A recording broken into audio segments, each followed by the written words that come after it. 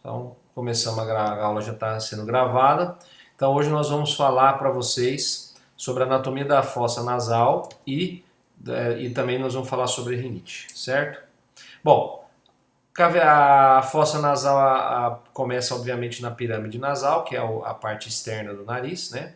Composta por uma cartilagem, que vocês estão vendo aqui, né? E a parte óssea, né? A parte óssea basicamente é um processo aqui nasal, né, ou frontal da maxila e o osso próprio nasal, que é aquele ossinho que fica na parte de cima do nariz. E as estruturas cartilaginosas que dão a maioria do formato do nariz, tá? E da posição do nariz. Então você tem a cartilagem lateral superior e a cartilagem lateral inferior, certo? A cartilagem inferior ela tem aqui um ramo que vem aqui na columela, certo? Que é o ramo medial e o ramo lateral que vem aqui na parede lateral do nariz.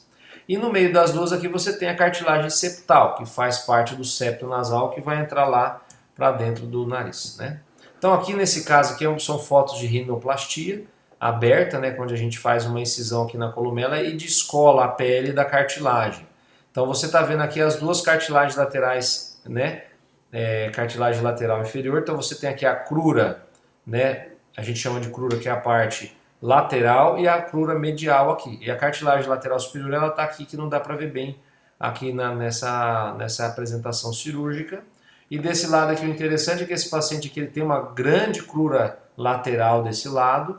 E desse lado aqui você vê que a crura lateral dele é praticamente atrófica, né? Então ele tem uma diferença muito grande de um lado para o outro. Uma curiosidade, né? Que dá uma alteração basicamente estética do nariz, né? Mas você vê que ele tem uma alteração importante aqui. E aqui no meio você vê aqui que já está descolada a cartilagem do septo nasal e aqui nessa manchinha a cartilagem lateral superior, tá? Formatos de nariz tem várias formas e tipos, aí vocês podem, olhando nessa figura aqui, se identificar com algum tipo de nariz, né? Que alguns narizes mais negroides, que tem o dorso curto e o nariz menos projetado, os narizes mais projetados, né, que tem a angulação do nariz, ela pode variar, o nariz em sela e as mais variadas formas da pirâmide nasal. Então, quando a gente olha dentro do nariz, né, especificamente na relação da cavidade nasal com os seios paranasais, o que nós temos? Nós temos aqui nesse corte coronal, né? Então no número 1 aqui nós temos o seio frontal, que é o seio que fica na região superior, lá na região bem da testa mesmo, né? No número 2 aqui nós temos a órbita. Então lembrar que o olho tem bastante comunicação, a órbita tem íntima relação com o nariz. E a gente pode fazer cirurgias da órbita pelo nariz. Então esses dias atrás a gente fez uma descompressão da órbita. O paciente tinha uma doença de Graves, a gordura orbitária estava totalmente hipertrofiada, e aí a gente abriu aqui por dentro do nariz para essa gordura poder extruir. Então a gente pode operar a órbita por dentro do nariz. Assim como nós podemos operar o cérebro, depois a gente vai ver isso mais claramente. Número 3 aqui é o seio etimoidal. O etimoide, nós vamos ver em outras figuras, ele é um labirinto, certo? É um labirinto etimoidal. No número 4, o seio maxilar, que é um maior seio, geralmente que fica, né, inferior à órbita, e ele drena contra a gravidade, então é um seio muito importante. Número 5, o corneto superior. Número 6, o corneto médio. E número 7, o corneto inferior. São os três cornetos que formam a parede lateral do nariz, que tem um papel de turbilhonar e aquecer o ar. E no número 8, o septo nasal, que é a estrutura que divide as duas fossas nasais, as duas cavidades nasais, direita e esquerda. Tá? Aqui nesse corte é um corte axial, então nós vamos ver melhor o seio etimoidal. Tá? O seio etimoidal, aqui ele está no 3, no 4 e no 5. Tá? A gente pode usar essa classificação, células etimoidais anteriores, média e posterior, mas hoje em dia a gente fala mais em seio etimoide anterior e seio etimoide posterior. A variação, isso é uma questão que varia muito entre uma classificação anatômica e outra, e que estrutura anatômica divide esses seios, tá? Mas o corneto médio ele tem um momento que ele faz uma curvatura medial, que chama na lâmina terminal, que divide os dois seios. Isso é um detalhe anatômico profundo, mas vocês basta saber que existe o etimoide anterior e o etimoide posterior, nós vamos ver por que daqui um pouquinho, porque tem uma diferença fisiológica, né? Um aqui no nariz, o 2 a cavidade, a órbita, o cérebro, né? Aqui no 7 ele mostra o nervo óptico, né? Que você vê a relação do nariz com a órbita, né? O número 6 é o seio esfenoidal, que é aquele seio que fica lá na parte mais posterior no nariz, e é muito importante, porque através do seio esfenoidal nós temos contato com várias áreas relacionadas à base do crânio. Então aqui você vê a carótida, e aí a gente consegue ver bem usa muito o seio esfenoidal para acessar a base do crânio, e nas cirurgias de tumores, de hipófise, meningiomas e outras coisas. Geralmente a gente faz isso junto com a neurocirurgia. Tá? Essa aqui é uma visão do septo nasal. Tá? Então lembrar que o septo nasal ele não é uma estrutura só, na verdade são compostos por 5 estruturas. A principal delas é a cartilagem septal, que é aquela cartilagem que você vê lá no dorso, tá? Que é uma cartilagem que fica dentro do septo. Na parte inferior aqui você tem a crista, o processo palatino do osso maxilar, que a gente chama de crista palatina, tá? Que geralmente é onde você tem onde o septo, a cartilagem septal fica apoiada inferiormente. Posteriormente nós temos o osso grande, o vômer, tá? Que ele se articula aqui com a lâmina perpendicular do osso etimoide, que o osso etimoide é um osso bem grande, né? E a lâmina perpendicular dele é para cá. E no número 4, aqui o osso palatino, tá? Que forma uma mínima parte do septo. O principal é a cartilagem septal, o vômer e a lâmina perpendicular. Essa aqui é o principal. E nessa região aqui, no encontro da gente fala que a relação condro-vomeriana é onde tem o centro germinativo do nariz, onde cresce essa cartilagem. Tá? Então é muito importante, se a gente for abordar isso em criança, eu não posso mexer nessa área, senão o nariz simplesmente para de crescer, porque o crescimento nasal ele se dá basicamente pelo crescimento da cartilagem septal. Tá? Então, durante o bloco de ouvido, a gente sempre passa vários exames de endoscopia nasal, tá? Para vocês. Então, aqui é uma endoscopia onde a gente entra com o endoscópio, você tem o corneto inferior, tá? O corneto médio ele fica lá mais em cima, e aqui a região posterior do nariz, a rinofaringe, tá? Então, então essa geralmente é a visão que a gente tem, né? Então, quando a gente entra com o endoscópio. Então aqui você tem um corneto inferior, o septo aqui tem um leve desviozinho aqui na região da crista, tá vendo? Palatino, né? Aí você vê que o septo tem um desvio superior, então às vezes é difícil a gente passar aqui para a região posterior da rinofaringe. Então vocês vão ver várias nasofibroscopias, não fiquem preocupados se vocês estão meio perdidos, vocês vão se acostumando, tá? Então, nesse caso aqui, o paciente ele tem um desvio de septo. Então, quando a gente vai olhar aqui, a gente vai entrar com o endoscópio aqui pela fossa nasal esquerda. Então, desculpa, na fossa nasal direita, você está vendo aqui nesse lado o septo e aqui a parede lateral. Então, conforme eu vou andando, ó, o septo aqui tem um desvio, tá vendo? Que ele está bem pronunciado aqui na região da crista. E aqui você tem um corneto inferior. Quando eu vou andando lá para o fundo, ó, eu vou caminhando, eu não consigo passar, tá vendo? O desvio do septo vem e fecha aqui bem, você nem consegue ver o corneto médio aqui, porque está bem naquela região condro-vomeriana. A grande maioria dos desvios são dessa região. Então aqui você vê que eu tenho uma obstrução da passagem do ar pelo desvio de septo, que eu não consigo fazer ele passar por aqui, tá vendo? Então esse é um clássico caso de desvio septal. Tá? Tem pacientes que têm um desvio desse bem grande e não tem nenhum tipo de dificuldade respiratória, tá? Mas é relativamente comum. Olhando agora para a parede lateral do nariz, nós temos o corneto e os recessos do nariz. Então você tem aqui no 2 o corneto inferior, o 3 o corneto médio e o 4 o corneto superior. Aí aqui você tem a representação do seio esfenoidal. Os meatos que a gente fala são as regiões de drenagem dos seios da face. Isso é super importante, principalmente para vocês entenderem a aula de rinossinusites, tá? Os meatos, você tem 3 meatos. O meato inferior fica entre o corneto inferior e o assoalho do nariz, tá? Aqui basicamente drena o ducto nasolacrimal, tá? Quando você começa a ficar lacrimejado, você começa a fungar porque a lágrima começa a cair dentro do seu nariz. Ela cai aqui no meato inferior através do ducto nasolacrimal. O meato médio ele é super importante, tá? Porque o meato médio fica entre o corneto médio e o corneto inferior. E pelo meato médio você vai ter a drenagem da maioria dos seios, nós vamos ver mais para frente alguns seios. E no meato superior você vai ter uma drenagem de uma outra parte dos seios, tá? Então, esse vídeo aqui não tem muita importância. Então aqui quando a gente olha na parede lateral, a gente tem entre o meato médio, aqui ele tirou o corneto inferior, né? O médio. Então aqui, nessa região aqui eu estou vendo o meato médio, aqui você tem o corneto superior e o meato superior está para cá. Então o meato médio eu tenho a drenagem do seio frontal, das células etimoidais anteriores e do seio maxilar. Então todos esses 3 seios eles drenam para o meato médio. Então, por exemplo, naquele caso, daquele paciente que tinha aquele desvio do septo, que eu estou pressionando o corneto médio, eu sei que eu estou atrapalhando, né, o meato médio, eu estou obstruindo o meato médio, então esse paciente tem uma chance maior de ter uma sinusite. Tá?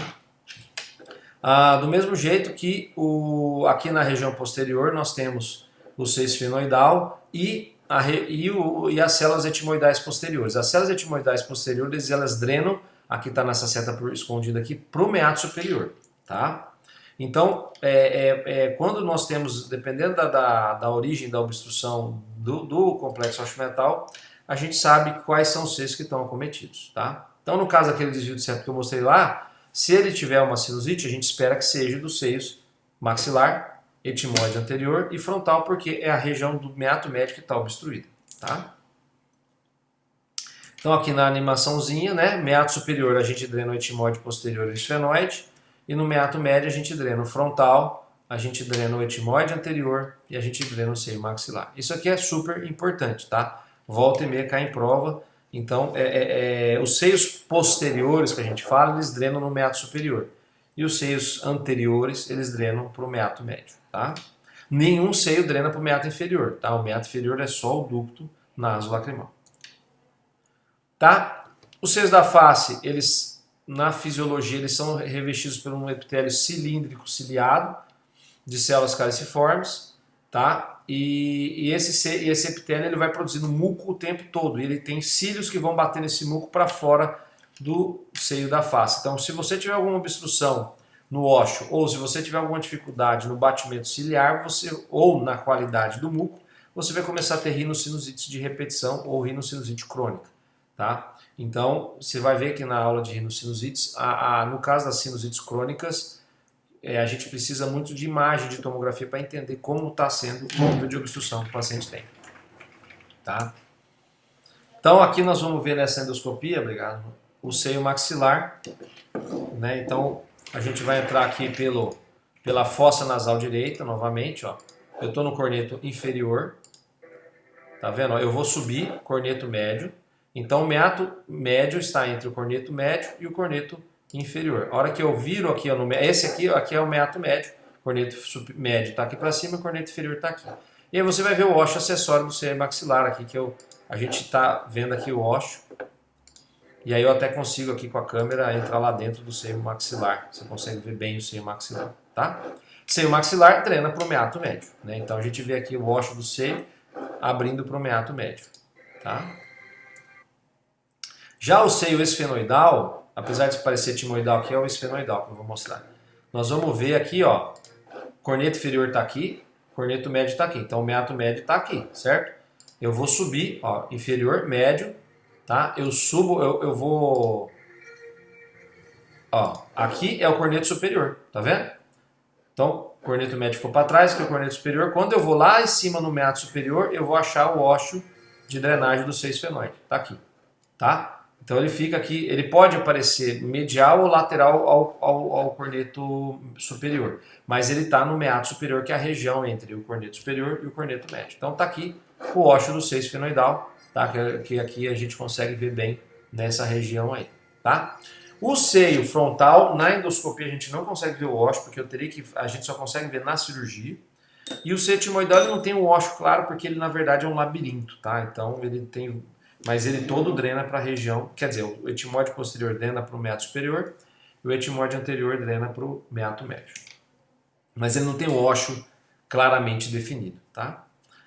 E aqui no desenvolvimento dos seios da face, a gente sabe que a criança nasce basicamente com o seio maxilar e com um pouquinho, a bula etimoidal, que é a maior célula do etimoide. Ele não tem seio frontal, o bebê, quase também não tem seio esfenoidal. Com 10 anos ele já tem um bom desenvolvimento, mas o desenvolvimento se completa em torno dos 15 anos, onde ele tem os seios todos aerados, tá? Que é mais ou menos nessa faixa aí.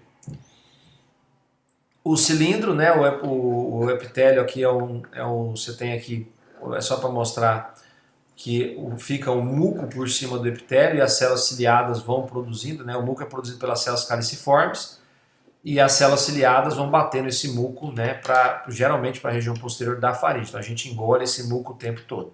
Então quando você tem uma mucosa inflamada, os cílios não funcionam bem e aí os cílios se paralisam e aí você tem um acúmulo de muco e aí quando a pessoa fica congestionada, gripada e tudo mais, né?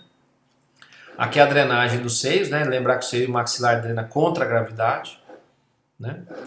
E a não ser que você fique de cabeça para baixo, mas ele drena, então ele precisa muito do batimento mucociliar para poder esse muco sair daqui de dentro. Os outros seios eles drenam a favor da gravidade, tá? Mas tem que tomar muito cuidado. E aqui um desenho esquemático do meato médio, né? Seio frontal, seio etimoidal e seio maxilar drenando aqui para a região do meato médio entre o corneto inferior e o corneto médio, tá? Aqui o batimento mucociliar sempre para a região posterior, né? Ou seja, a gente sempre está engolindo o muco. Se os cílios batessem para frente, a gente sempre ia ter coriza, tá? Mas a gente sempre está engolindo esse muco. Tá? Aqui a gente já falou, né, da drenagem e aqui a irrigação. A gente vai falar mais da irrigação dos seios da face na aula de epistaxe, tá? Mas basicamente você tem os dois sistemas que irrigam o nariz, o sistema da carótida interna e o sistema da carótida externa, tá? A principal artéria do sistema da carótida externa é a artéria esfenopalatina, tá? Que ela vem da região de trás do nariz, tá? Que é ramo da artéria maxilar. E as artérias etimoidais que elas vêm de dentro do crânio, tá? Que você lembra que a carótida interna ela só emite ramos dentro do crânio. Então, as artérias etimoidais elas vêm de dentro do crânio para dentro do nariz. Então, elas geralmente vêm na região superior do nariz, certo? Sobre anatomia é isso, é uma aula rápida e simples, porque o objetivo aqui não é eu ficar esmiuçando, a anatomia de nariz é bem complexa, mas pro nível de vocês, que é um nível de graduação, não tem por que a gente saber muito mais do que isso, tá? Então, basicamente, vocês têm que saber as estruturas que formam o septo, e o mais importante é saber os seios da face e as estruturas que drenam os seios da face, tá? Então, isso é o mais importante para vocês saberem nesse momento agora, quais são os seios da face, em que região que os seios da face drenam e quais são as alterações anatômicas que podem atrapalhar a drenagem dos seios da face, certo? Alguém tem alguma dúvida até aqui sobre a anatomia? Não? Então tá bom. Então vamos falar agora sobre a rinite, tá? A rinite ela pode ser alérgica ou ela pode ser não alérgica, tá? A rinite, então ela pode ser infecciosa, claro, nos resfriados ou até no próprio coronavírus, né? A rinite ela é uma rinite infecciosa, ou seja, a rinite é qualquer inflamação da cavidade, da mucosa da cavidade nasal. Resfriados, gripes, obviamente são um tipo de rinite, né? Só que uma rinite infecciosa. Ela pode ser alérgica, que nós vamos falar daqui um pouco, ou não alérgica. A não alérgica geralmente pode ser induzida por drogas, tá? Quando você tem alguns medicamentos, principalmente o mais comum é que alguns de vocês com certeza usam, que é os vasoconstritores, o Afrin, o soro, que é a oxametazolina ou a nafazolina, são medicamentos que causam rinite, né? Hormonal, as mulheres aí que sabem, e às vezes no hipotireoidismo, que quando você tem um desbalanço hormonal, você retém muito líquido na mucosa e pode ter uma rinite. Neurogênica, tá? Principalmente quando geralmente é um paciente idoso, que ele tem uma desautonomia da mucosa, e aí o paciente é aquele paciente que às vezes vocês já ouviram, talvez seus avós ou pessoas mais velhas, que quando vão comer o nariz começa a escorrer. Tá, isso aí é uma rinite neurogênica, tá? Que é um desbalanço entre a vasoconstrição e a vasodilatação quando você tem mudança de temperatura. A rinite atrófica é quando a mucosa fica muito fina em algumas doenças, e ocupacional quando o paciente tem, por exemplo, o cara é alérgico a trigo, né? Então ele é padeiro, então vai ter uma rinite ocupacional. Então, como eu disse para vocês, é uma inflamação da mucosa e invariavelmente o paciente tem rinorreia, o nariz escorre, espirros, tá? Uma obstrução nasal e muitas vezes ele tem hiposmia, tá? ou seja, uma diminuição do olfato, né? Sintomas até meio parecidos com o coronavírus, né? Que coisa. Associada à asma, tá? Pode ser associada a uma sinusite crônica ou até a uma otite média crônica serosa. 44% dos pacientes que têm rinite alérgica, eles podem ter uma rinite não alérgica associada, tá? Pode ter uma associação. Normalmente, entre os 9 e 10 anos a gente diagnostica, tá? E muitas vezes o paciente tem uma dificuldade no olfato e na respiração. Quando a gente fala de rinite alérgica, tá? Eu preciso de um aeroalérgeno, ou eu preciso de alguma coisa que induza a alergia, que nós vamos ver daqui para frente como é que é a cascata de alergia. Então, os mais comuns é o ácaro, sendo que 95% das pessoas que têm rinite alérgica no Brasil têm rinite por ácaro, tá? Então, ou seja, o ácaro é o mais comum desse caso. Fungos são super comuns, baratas, animais, além do pelo do animal, os animais também emitem muita caspa, tá? E a caspa também induz muita rinite, tá? Gramíneas, principalmente isso não é tão comum aqui, mas nos países mais temperados, onde tem a flora, né, onde as plantas desabrocham, tem gente que tem rinite por pólen, tá? Mas aqui no Brasil isso não é tão comum, tá? E os outros materiais aí de em casa, cigarro e poluição. Então, a rinite alérgica, tá? Ela é uma rinite imunomediada pelo IgE. Nós vamos ver isso daqui para frente, tá? Mas eu tenho uma resposta imune ao IgE. E as outras eu já falei anteriormente, cada uma tem um mecanismo, mas geralmente por irritação ou congestão da mucosa. Quando eu olho a rinite alérgica, esse quadro aqui é super importante para vocês entenderem como que na história clínica eu diferencio se o paciente tem uma rinite alérgica ou não. A rinite, o mais importante do que os exames é o diagnóstico, é a história clínica. Com a história clínica você vai entender bastante. E a primeira coisa que está aqui, ó, é para você diferenciar se é uma rinite alérgica ou uma rinite não alérgica, tá? O rena vocês esquecem que é um tipo de rinite meio raro. Ou seja, entre a rinite alérgica e não alérgica é a história familiar, tá? A rinite alérgica, via de regra, o paciente tem uma história familiar positiva, tá? Então o paciente normalmente tem familiar positivo. Familiar é o filho, o irmão ou o pai. Alguém na família tem doença. Se ele tem história familiar positiva, provavelmente é uma rinite alérgica. É mediada por IgE. Se você vai ter muito eosinófilo na mucosa nasal, se você fizer os testes cutâneos, você vai ver que é positivo, tá? E o paciente geralmente tem muito espirro, tá? Então, quando o cara espirra muito, geralmente é alérgico. Em comum, você tem obstrução nasal e coriza, que pode dar na não alérgica, tá? Mas, basicamente, se o paciente espirra muito e tem história familiar positiva, porque esses aqui, ó, o IgE, a eosinofilia e o teste cutâneo, você só vai saber se fizer exame. Se você fizer exames laboratoriais. Agora, com a história de alergia na família, obstrução nasal e espirros e coriza, ou seja, espirros e história familiar, a gente já vai para rinite alérgica. Se o paciente não tem história familiar e tem mais uma queixa de obstrução e coriza, a gente pensa numa rinite não alérgica e nós vamos lá na história determinar se ele tem um problema hormonal, se ele tem exposição a inalantes, e aí ou seja, a história clínica eu resolvo a grande maioria dos meus problemas, tá?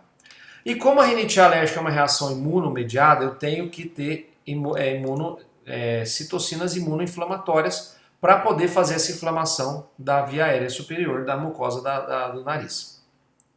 Basicamente, isso é super importante para a gente entender o tratamento. As principais citocinas são a histamina, que é a principal citocina do quadro agudo, tá? As prostaglandinas e os leucotrienos, tá? Então, aí tá aí no quadrinho. A histamina, quase todos eles fazem o quê? Resumindo, vasodilatação, ou seja, eles ampliam, eles fazem os vasos ficarem dilatados e eles fazem eles fazem o recrutamento de células inflamatórias, tá? Ou seja, você tem uma vasodilatação e um recrutamento de células inflamatórias, ou seja, todas as células inflamatórias elas vão ir para aquele lugar. Por isso que você tem um edema, porque você tem vasodilatação, extravasamento de secreção para fora dos vasos e aumento de células inflamatórias. Aí nós temos edema, congestão da mucosa e secreção, hipersecreção da mucosa. Basicamente por causa desses três receptores imunoinflamatórios. E aqui nós vamos ver um quadrinho super simples da resposta alérgica, tá? Então, na sensibilização, ou seja, no contato, o paciente aqui, o A, tem um antígeno, geralmente você tem uma célula apresentadora de antígenos, que pode ser uma célula ciliar de Langerhans ou alguma célula que está na mucosa. Essa célula vai fagocitar o alérgeno e vai apresentar esse alérgeno para o linfócito B, certo? O linfócito B vai estimular o linfócito T de tatu, certo? E o linfócito T ele vai produzir os anticorpos, que são os anticorpos à base de IgE, imunoglobulina do tipo E, certo? Então essa aqui é a fase de sensibilização. Tem as interleucinas aqui, mas não fiquem preocupados com as interleucinas não. Quando o paciente ele se expõe novamente ao alérgeno, o que o alérgeno vai acontecer? A imunoglobulina vai se ligar ao alérgeno e vai levar esse alérgeno para os mastócitos. O mastócito, o que o mastócito tem dentro dele com abundância? Histamina e leucotrieno, mas principalmente a histamina. Quando esse IgE com o antígeno encosta no mastócito, o mastócito começa a liberar a histamina, certo? Para quê? Para fazer vasodilatação e recrutar células inflamatórias. E na resposta tardia você tem a contribuição importante dos eosinófilos, que é a principal imunoglobulina, citocina inflamatória dos eosinófilos são os leucotrienos, tá? Basicamente, os leucotrienos estão na fase aguda e na fase crônica da inflamação, sendo que eles são mais importantes na fase crônica. E a histamina ela está muito importante na fase aguda. Tá? Então vocês vão ver os tipos de tratamentos baseados nesse quadro. Tá? Se depois vocês tiverem dúvida, volta no vídeo da aula, vejam com calma essa explicação. Tá? Mas aqui está a base do tratamento da rinite alérgica, certo? Nessa região de baixo aqui, que a gente fala que é o underground, existem vários outros medicamentos que nós vamos ver que bloqueiam essas imunoglobulinas, mas são medicamentos que têm que ser usados com cuidado e geralmente manejados por um alergista. Tá? Que a gente nem vai falar aqui dos imunobiológicos, mas nós vamos falar do tratamento aqui da parte superior, que são o bloqueio dessas citocinas. Aqui só para falar que a rinite alérgica tem relação com todas essas doenças, né, pelas alterações da mucosa. Né? E o ARIA, o que é o ARIA? Tá? O ARIA é um comitê internacional que desde 98 que faz os consensos internacionais de rinite. Tá? E a rinite ela é classificada dessa maneira aqui. Com relação à duração dos sintomas, ela pode ser intermitente ou persistente.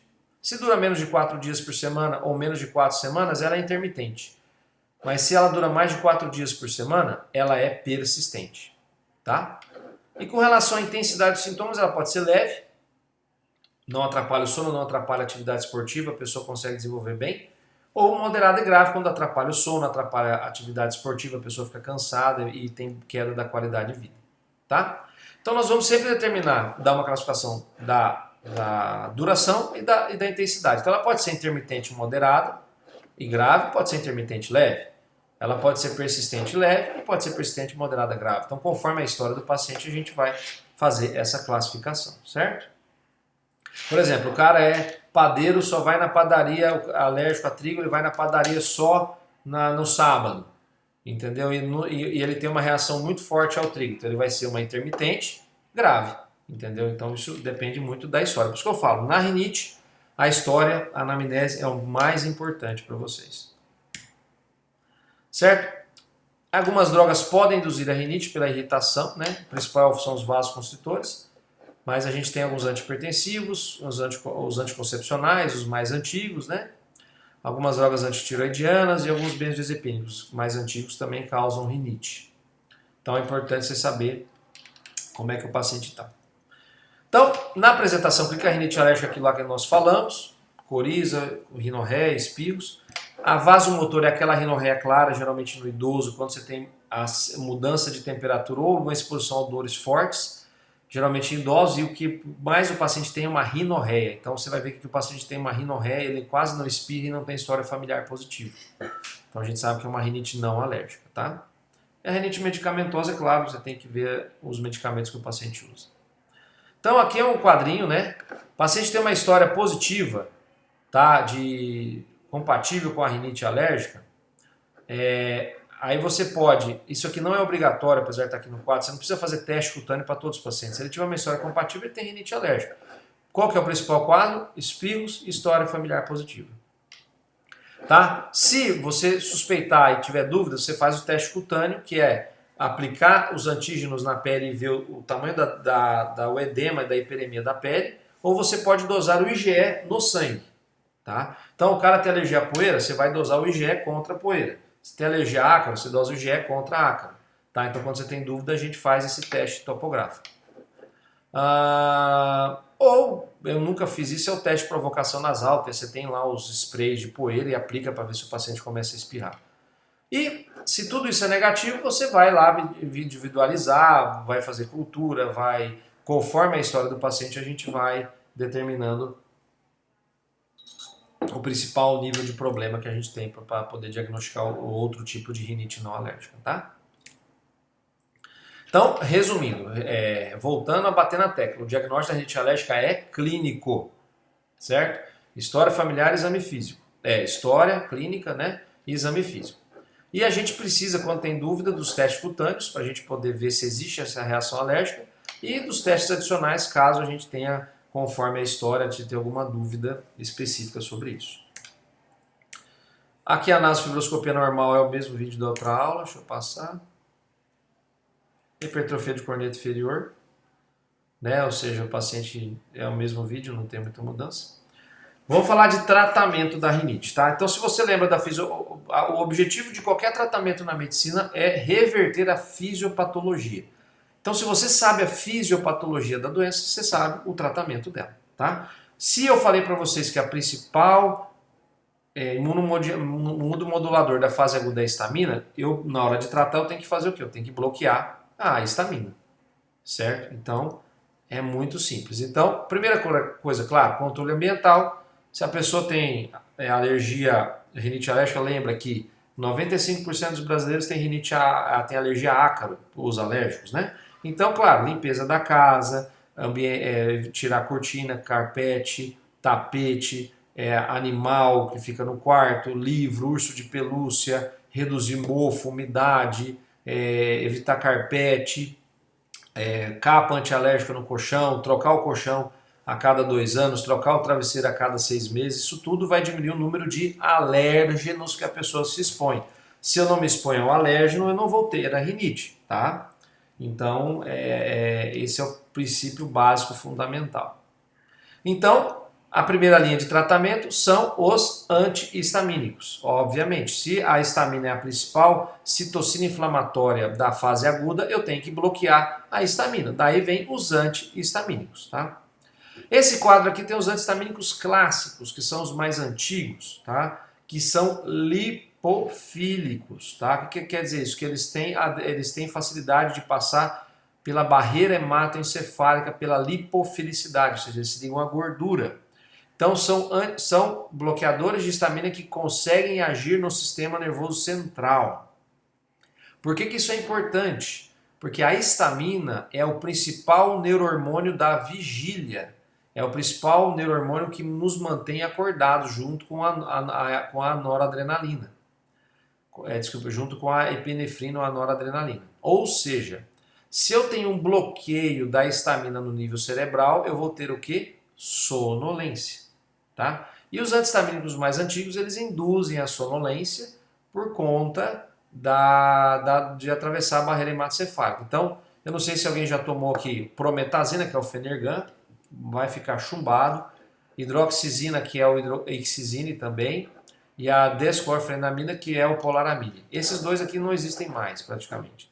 Ou seja, o paciente tomar isso, ele vai ter sono, ou seja, vai bloquear a histamina tanto no nariz quanto no sistema nervoso central. Os de segunda geração, eles são mais hidrofílicos, ou seja, eles têm mais dificuldade de atravessar a barreira hematocefálica. Muitos atravessam, mas eles atravessam numa quantidade pequena, ou seja, então eles induzem menos sonolência, tá? Mas tem pacientes que têm sonolência com esses antihistamínicos, mas isso é bem menor, tá? Então são todos esses aí que a gente hoje em dia usa, todos eles praticamente estão disponíveis no mercado, mais a rupatadina, que eu mesmo não conheço, mas todos os outros estão disponíveis, e a cepinastina também. Mas todos os outros eles estão disponíveis e a gente usa bastante essas medicações. Qual que é o objetivo delas? Bloquear a histamina na fase aguda. Então eu evito que aquela histamina que vem dos mastócitos cause vasodilatação e cause o recrutamento das células inflamatórias na mucosa nasal. Tá? A outra linha de tratamento que nós temos são os corticoides nasais. O corticoide é um anti-inflamatório potente, tá? E nós usamos os tópicos nasais, os anti-inflamatórios tópicos nasais, eles agem em toda a cascata inflamatória. Então eles bloqueiam tanto histamina quanto leucotrieno e bloqueiam as interleucinas, ou seja, ele é um tiro de canhão, ou seja, ele trata toda a cadeia inflamatória, tá? E aí você tem aqui os principais corticoides tópicos, sendo que a fluticasona, tá? Aqui a cascata inflamatória é mais ampla, ou seja, os corticoides eles bloqueiam praticamente toda a cascata. Sendo que o furoato de fluticasona, que o nome comercial de referência é o Avamis, e o furoato de mometasona, que o nome comercial de referência é o Nasonex, eles têm um índice de absorção sistêmica extremamente baixo, é menor que 1%. Ou seja, da dose que você aplica no nariz, menos de 1% é absorvido na corrente sanguínea. Tá? O mesmo não acontece com a beclometasona e a budesonida. Esses aqui, eles geralmente têm 33% de absorção sistêmica. A dose que você aplica, 33% é absorvido sistemicamente. Mas se você for olhar nesses frascos, você vai ver que a dose deles é muito baixa. A dose deles é em microcentigramas, ou seja, é uma centésima parte de uma miligrama. Ou seja, a dose é muito, muito, muito, muito pequena. Então a gente tem muita segurança de usar os corticoides nasais a longo prazo, porque a gente sabe que mesmo sendo absorvido 33%, a quantidade absorvida é muito pequena. Pode ter um desvio do eixo hipotálamo hipofisário? Pode, mas não é comum, tá? A gente usa bastante e não tem tido tanto problema com isso. E aqui eu já tinha falado dos efeitos colaterais, ou seja, como o corticoide ele diminui a inflamação, ele pode deixar a mucosa nasal muito fina, tá? E aí você pode ter irritação, sangramentos e até a perfuração do septo, tá? Por deixar de ter irrigação na cartilagem septal. E os efeitos sistêmicos, sinceramente falando, são muito raros, é muito difícil da gente ver, tá? A gente não usa corticoide nasal por longo prazo. Mas é muito raro a gente ver efeito sistêmico dos corticoides nasais atualmente. Tá? Antigamente o pessoal usava muito Decadron. Decadron nasal é a dexametasona. A dexametasona praticamente é absorvida 100%. E se você olhar lá no Decadron nasal, a dose é em miligramas. Então, se você usar Decadron nasal, é quase igual você está tomando Decadron pela boca. Tá? Então tem que tomar muito cuidado com o uso do Decadron nasal, tá? Nos pacientes. A gente usa muito pouco, só em pós-operatório para poder ter uma potência anti-inflamatória. Outras coisas que a gente pode usar, cromoglicato de sódio. O cromoglicato de sódio, ele é um medicamento que estabiliza o mastócito. O que acontece quando o alérgico chega lá no mastócito, ligado pela IgE, o cromoglicato não deixa o mastócito degranular, ou seja, liberar a histamina. Então, é um medicamento que é muito útil para você fazer uma prevenção. Então, por exemplo, eu sou alérgico à gramínea e vou jogar bola. Vale a pena você usar antes, porque aí você, quando a gramínea entrar em contato com o seu mastócito não vai liberar a histamina, tá? Do mesmo jeito lá do padeiro. Então, o tratamento teria que ser profilático. A gente usa muito em criança também, que ajuda a diminuir um pouco a inflamação. O brometo de paprópio no nariz não existe no Brasil, tá? Mas ele é uma ação anticolinérgica, então ele evita a vasodilatação. A gente não tem aqui no Brasil. A gente tem ele para pulmão, para fazer inalação, né? E o Montelukast. O Montelukast é uma droga muito boa, tá? Que ele faz o bloqueio dos leucotrienos, tá?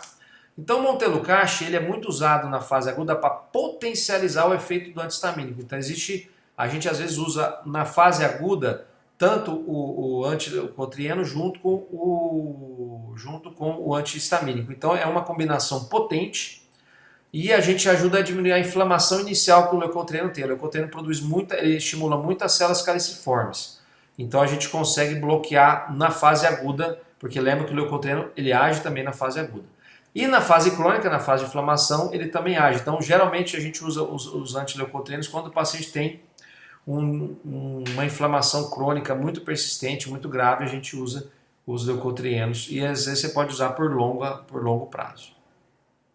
Tá? Aqui é só um fluxograma, né, que a gente tem do Consenso Brasileiro de Rinite. Tá? Basicamente, desse gráfico aqui é o seguinte, a gente pode usar você tem um paciente com rinite alérgica. A gente tem, basicamente, se o quadro é leve, a gente pode usar uma droga. Ou eu uso o antistamínico, ou eu uso o antileucotrieno, ou eu uso um antistamínico intranasal. Se o paciente vai para leve, para moderado ou grave, no caso do persistente e persistente, aí a gente pode fazer a combinação de tratamentos. Isso vai muito de paciente para paciente. Tá? Tem pacientes que não toleram spray nasal, tem pacientes que não gostam de tomar comprimido, então a gente tem que ir vendo conforme o quadro do paciente. Mas basicamente esse algoritmo aqui, nós temos duas táticas, tá? Que tem um consenso que chama Practal, que ele define as táticas de tratamento para rinite. A gente pode fazer um step up, ou seja, eu posso entrar com o paciente com uma droga, espero 2 semanas, não melhorou, coloco, por exemplo, eu entro com antistamínico, não melhorou, eu associo o corticoide nasal, não melhorou, eu associo o antileucotrieno. Ou eu posso fazer um step down, que é entrar com, por exemplo, todas as classes, dependendo da gravidade do caso, entra com o antistamínico e o corticoide nasal, e aí depois eu diminuo conforme o paciente vai melhorando, que é o que eu particularmente mais faço. Tá? Então, o step down é bom que você já dá digamos assim, um ataque de choque no paciente e ele vai melhorar mais rápido, né? E o step up, às vezes o paciente não tem paciência, né, de ficar tentando um remédio, depois outro, depois outro. Tá? E por fim, a imunoterapia específica. Tá? O que é imunoterapia? Eu vou fazer um tratamento, tá, para dessensibilizar. Então, o paciente ele é alérgico à poeira, eu vou dessensibilizar a reação alérgica à poeira. Ou seja, eu vou entrar com extratos de poeira, tá, geralmente muito diluídos, e vou aumentando essa concentração ao longo do tempo. Com isso, eu vou dessensibilizando. Com isso, o paciente ele vai entrar em contato com a poeira e as imunoglobulinas dele elas vão sendo bloqueadas e ele não vai desenvolver a reação alérgica. Então esse aqui é o único tratamento que tem potencial de cura para a rinite alérgica. Tá? Os outros tratamentos são tratamentos de controle, a gente vai bloquear alguma via inflamatória, mas se o paciente entrar em contato com o alérgico ele vai ter a rinite de novo. Tá? Então esse aqui é um tratamento de cura, mas ele só serve para o IgE específico. Tá? Então o cara tem que ter um exame de IgE positivo para a poeira para eu poder fazer a dessensibilização à poeira. E assim por conseguinte. Tá? Se ele não for, não tiver uma IgE específica para aquele alérgico, não tem sentido a gente fazer imunoterapia.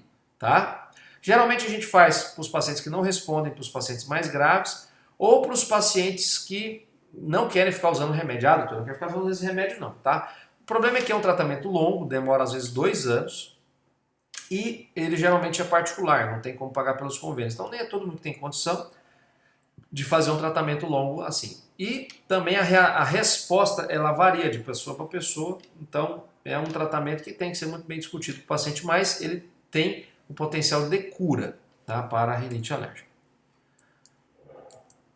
E por fim, soro fisiológico, né, sempre ajuda a fazer a lavagem nasal, certo? Eu acho que a aula... Ah, tá aqui. Deixa eu ver o que é isso. Ah, sim. É aquele mesmo protocolo lá. Certo, pessoal? Então, é isso aí. Acho que eu tenho umas perguntas aqui. Agora que eu vi que eu não estava vendo o chat. A Júlia perguntou, professor, acontece de pessoas alérgicas com IgE normal? Então, é muito difícil, tá? Mas existe sim eu não entrei em detalhes, mas existem algumas rinites eosinofílicas que tem um padrão alérgico e a pessoa tem o IgE normal, tá? Mas veja bem, o fato da pessoa ter o IgE normal não quer dizer que ela não é alérgica. Por exemplo, eu tenho alergia a, sei lá, a pó de ferro. Se eu ficar muito tempo sem me expor a pó de ferro, meu IgE vai estar baixo, entendeu? E eu sou alérgico a pó de ferro. Tá? Então, normalmente, para vocês, fora das raridades, uma pessoa com rinite alérgica ela tem que ter o IgE alto, entendeu? Porque a rinite alérgica ela é imunomediada pelo IgE. Claro que a pessoa tem que ter contato com o alérgeno, né? Se ela não tiver, não vai ter. Certo, Júlia? Respondi a sua pergunta? Acho que sim. E a Giovana perguntou se tem algum prejuízo usar furoato de fluticasona por longo tempo. Bom, de maneira geral, Giovana, o furoato é o Avamis, ou seja, é um corticoide que tem baixíssima absorção sistêmica. De maneira geral, os corticoides nasais que a gente tem no mercado, eles são bastante seguros para uso a longo prazo, tá? Porque a absorção deles é muito, muito baixa. Então, como eu disse para vocês, os riscos existem de alterações sistêmicas, mas eles são muito baixos. Ainda mais com o Avamys, que ele é absorvido 0,33% de uma dose de 50 microcentigramas, ou seja, faz a conta aí, você vai absorver a quantidade ínfima de corticoide na corrente sanguínea. Então, eles são bastante seguros. Claro, aí é uma coisa, se você está usando isso a longo prazo, você precisa ver por que você está usando isso a longo prazo. Pô, será que você tem algum problema a mais? Você tem alguma alteração anatômica? Você tem alguma reação inflamatória exacerbada que vocês vão ver na aula de rinite crônica? Então precisa ver se existe alguma coisa a mais para você estar usando um corticoide nasal por longo tempo, tá? Professor, Vamos lá. fui eu que perguntei sobre o Avamis, mas eu posso fazer outra pergunta, por Claro, favor? quantas vocês quiserem, gente, por favor. Eu não entendi muito bem como eu vou escolher entre um antileucotrieno e um antihistamínico. Boa pergunta. Depende da tática que você tem. O antihistamínico, eles têm potência rápida, tá? E geralmente a gente usa no quadro agudo, quando o paciente tem uma inflamação aguda e ele está no quadro agudo. O antileucotrieno eu uso mais no quadro crônico, quando o paciente tem uma rinite que se arrasta por muito tempo. Mas a gente usa muito o leucotrieno também na fase aguda associado ao antihistamínico, porque eles potencializam, o antileucotrieno potencializa o antihistamínico. E o antileucotrieno ele tem um efeito na fase aguda também, só que ele demora umas 6 horas para fazer efeito. Então hoje existem combinações dos dois remédios num comprimido só. Aí o antihistamínico faz o efeito rápido e o antileucotrieno depois continua estabilizando o paciente, entendeu? Entendi. Obrigada. Tá, joia. Quem mais é? Gabriela, Professor, né? Ei, Gabriela. isso. Tem pessoas que têm rinite que falam que melhora quando coloca água no nariz ou joga água no rosto. Isso de fato é verdade? Por quê? Água, bom, vou considerar que isso seja soro fisiológico, né? Água no rosto, assim, não sei, sinceramente, acho que só se for algum alívio, alguma sensação de alívio. Agora, água a soro fisiológico no nariz, ele diminui o muco, você lava o muco e você diminui o nível de inflamação. Então, o soro é uma coisa que a gente sempre passa, é de rotina, né? E soro, o paciente que tem rinite vai usar sempre. Eu sempre falo, ó, você sempre aplica soro no nariz. Não vai aplicar água da torneira no nariz, né? Pelo amor de Deus. Mas soro sim. Agora, para falar a verdade, jogar no rosto eu desconheço um pouco. Professor, Olá, uma Laís, pessoa diga aí.